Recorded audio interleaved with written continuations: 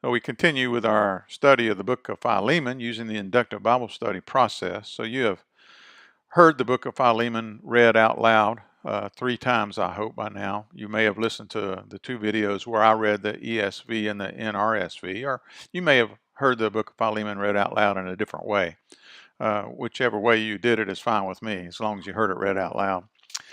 Now what I'm going to ask you to do is be patient with this process, and I want to ask you to hear the book of Philemon read out loud at least 2 more times. I would encourage you the first of these 2 times to use even a different translation other than the one or ones that you have used up to this point, just to give you a different perspective. Good translations might include, for other than the ESV and the NRSV, for example, could include the NIV, the New King James Version.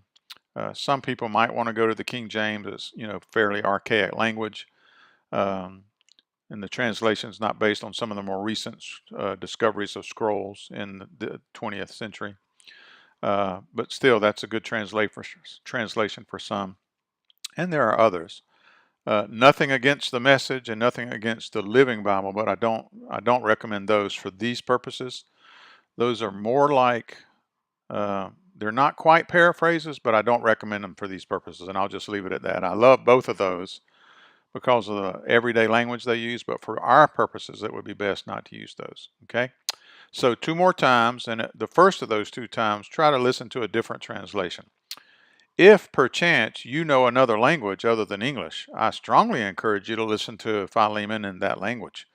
I've been blessed by the Lord to learn a little bit of Spanish, and so I first studied the book of Philemon in Spanish, and it really helped me to hear things in a way that I had never heard them before in English, because especially those of us who may have been Christians a long time, if we read the New Testament numerous times, sometimes we hear the words of the New Testament, but we don't hear them. You know what I mean? So hearing it in Spanish really opened my eyes to some things. So if you happen to know a language other than English, I encourage you to hear the book of Philemon read out loud at least once in that language. Now, the last time that you listen to the book of Philemon out loud in this particular assignment, I do want you to take notes. And what I want you to do is I want you to jot down anything that jumps out at you for whatever reason. It could be, wow, I didn't know that. Or, wow, I don't remember that. And I've read Philemon 20 times before. Or I wonder why he said that. Or I wonder why he used that word. Or I wonder what he meant by that. Anything that jumps out at you for whatever reason, jot it down. Okay?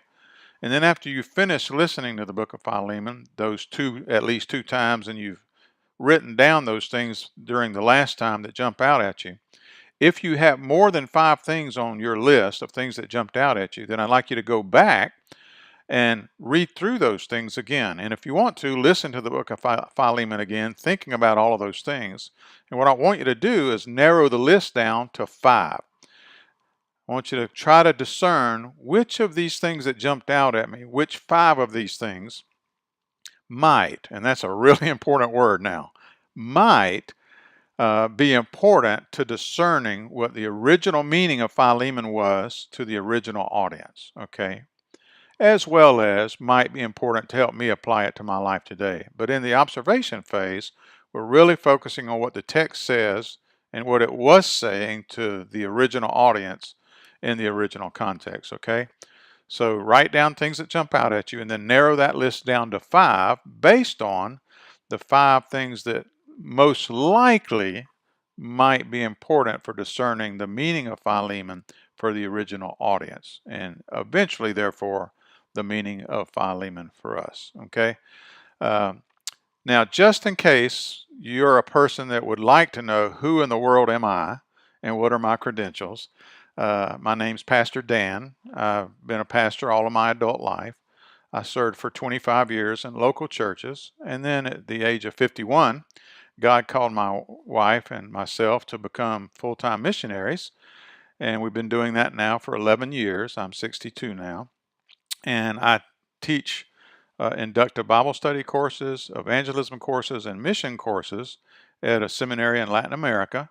I also teach an occasional course at a Christian college in the States, and I teach an occasional course at a seminary in the States online. I have a BA degree, a BA in New Testament Literature from Oral Roberts University in Tulsa, Oklahoma. I have a Master of Divinity degree from Candler School of Theology at Emory University in Atlanta, Georgia. And I have a PhD in Evangelization Studies from Asbury Theological Seminary in Wilmore, Kentucky. Now, the most important credential is that I'm a sinner saved by grace. Amen. And I'm really so thankful for God's grace. But just in case you'd kind of like to know who is this person, that's a little bit about who I am and sort of my educational background and some of what I'm doing now as a full-time missionary. So we'll continue our study, hear it again at least 2 more times, make your list, narrow your list down to 5, and I'll see you in the next video.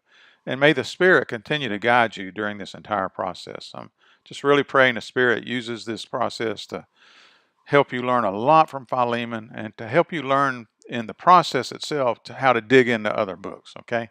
God bless.